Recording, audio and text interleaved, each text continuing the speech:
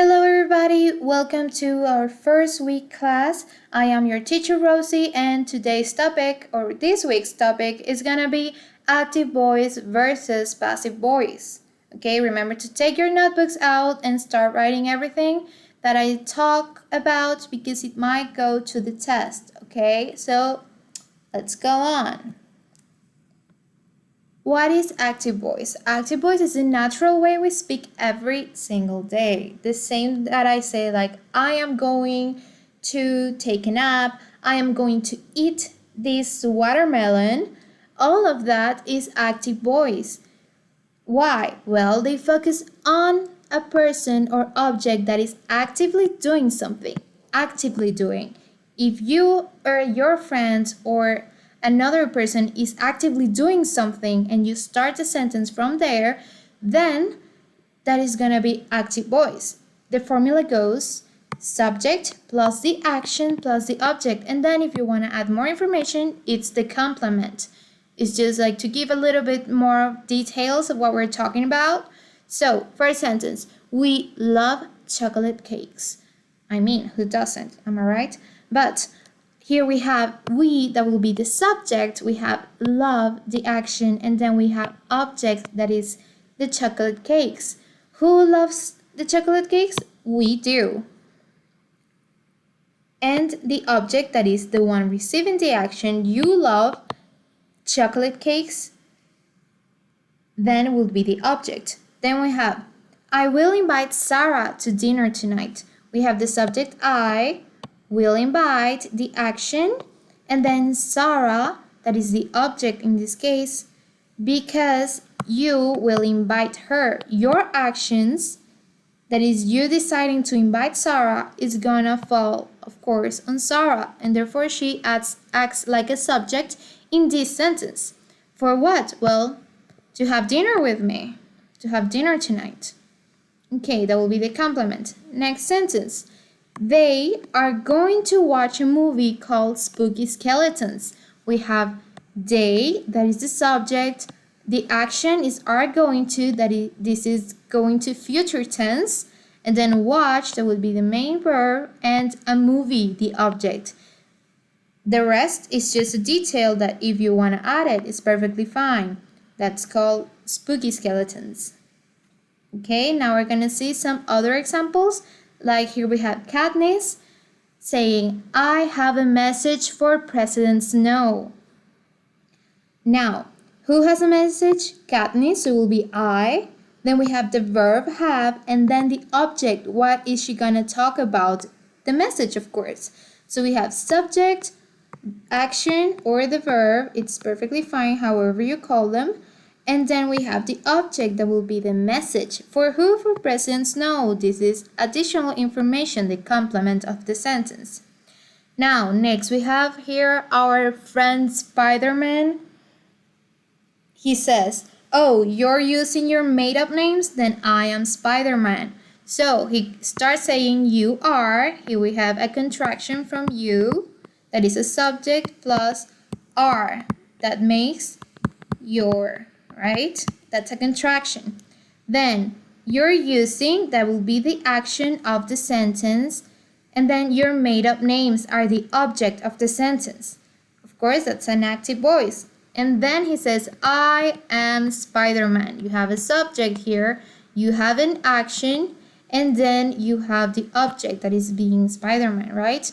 And last but not least, we have our beloved Draco Malfoy here, and he says, my father will hear about this.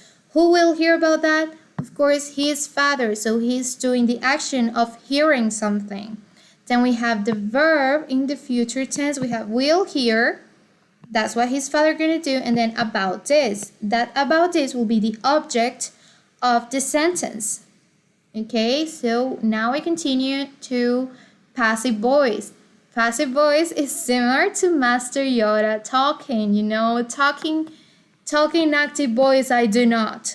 It's kind of like talking backwards, but grammarly accepted, basically. So they focus on the person or object that is receiving the consequences of somebody else's action. Like, I did something, for example, I did something to Sarah.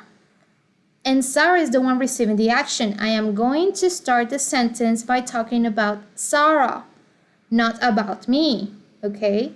So, by that, we're talking about the object, then the action, and then, by last, the subject is the person who did the action, right? Did the action. And the object will be receiving the action. Okay? And then we have, of course, our complement that it can go anywhere in the sentence, as you can see on the examples. And you just gotta practice it and it will come out naturally, okay? So first, the same sentence that we had before, I translated them to passive voice. So we have here, chocolate cakes are loved by us. What thing is loved? The chocolate cakes. What are we doing with the chocolate cakes? We are loving those chocolate cakes. And by who? By us, okay? So we have here, Sarah will be invited by me to dinner tonight. Okay, so the sentence before is like, I will invite Sarah to dinner. But here we're talking about Sarah from her perspective, from another's perspective, talking about Sarah. So we have Sarah, that is the object, will be invited, that is the action, by me, the subject, to dinner tonight. Okay? And next we have a movie called Spooky Skeletons is going to be watched by them. Here we have, what are we watching? Of course, the movie, so that is our object.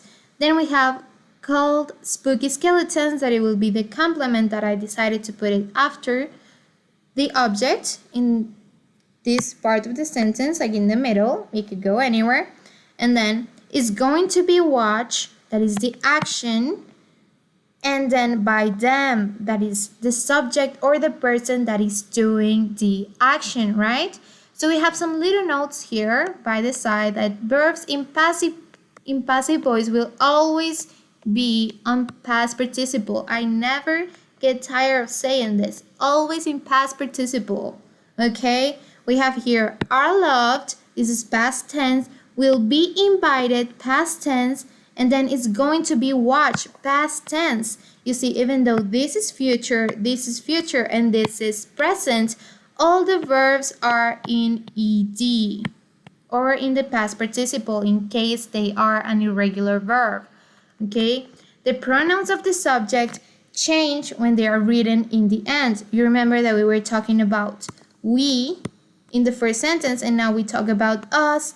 And in here, Sarah, well, I was going to say I, and then it changed to me, you see.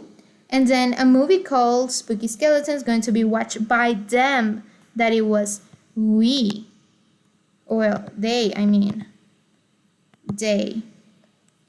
They turns to them, I turns to me, and we will turn to us.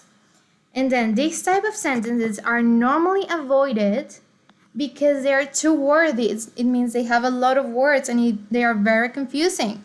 So we normally prefer, like in writing, in scripting, in everything, to use passive voice because active voice, because it's going directly to the topic instead of using all those words. Okay, let's go on. More examples. Okay, first we have here from Mean Girls. Raise your hand if you have ever felt personally victimized by Regina George. Okay, here we have a context of the movie, what they're asking. Okay, we have here the object, that will be you, right? Ever felt will be the verb. Of course, personally, this is an intensifier to make the verb like stronger, like an adjective, right? And then victimize will be the other part of the verb. We have felt, victimized. That's the whole action. And then we have here the subject, that will be Regina George. Okay? So, object, action, and then the subject at the end. That is a passive voice sentence. And then we have, it's not illegal. It's frowned upon. Okay, here. It's not illegal. This sentence will be active voice. Why? Because you have your subject here, that will be it.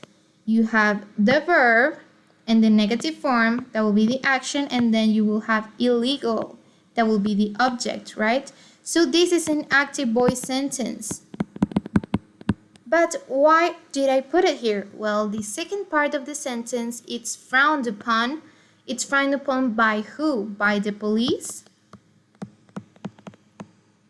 Or by people in general. So normally when you have to add, or you can add by someone, then it is a passive voice sentence. So this is an object, frowned upon will be the action, and then by the police, by the police, then it will be the subject of the sentence. Normally in passive voice we can just erase this part and it will make complete sense. It will be perfectly fine as it is on this sentence over here. Okay, so let's explain it a little bit better and summarize what we just said. We have here active voice and passive voice. Active voice is talk about a person or object that is doing the action. Meanwhile, in passive voice, we're talking about the person or object that is affected by the action. Active voice does the action. Passive voice is affected by the action, okay? Then we have the formulas. Active voice goes subject, action, and then object. And then passive voice is the other way around. Object first, then we have the action, and then the subject. Active voice, of course, is used in everyday language, and it is recommended to use in writing as it is simple and easy to understand. Passive voice is used when you don't know who did the action, or when that other person, like we don't care about that other person, or it just doesn't matter. Like I told you, you can just erase the part of the subject and it will make complete sense.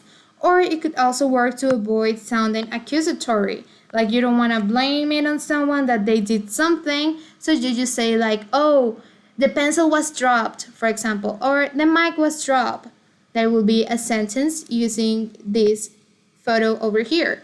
In active voice, it will be she dropped the mic. And in passive voice, it will be the mic was dropped. By who? By her. So that's it for today, and have a great day. If you have any questions, just let them down on the forum designated for that, or in the secret on the direct messages. And see you later. Bye bye.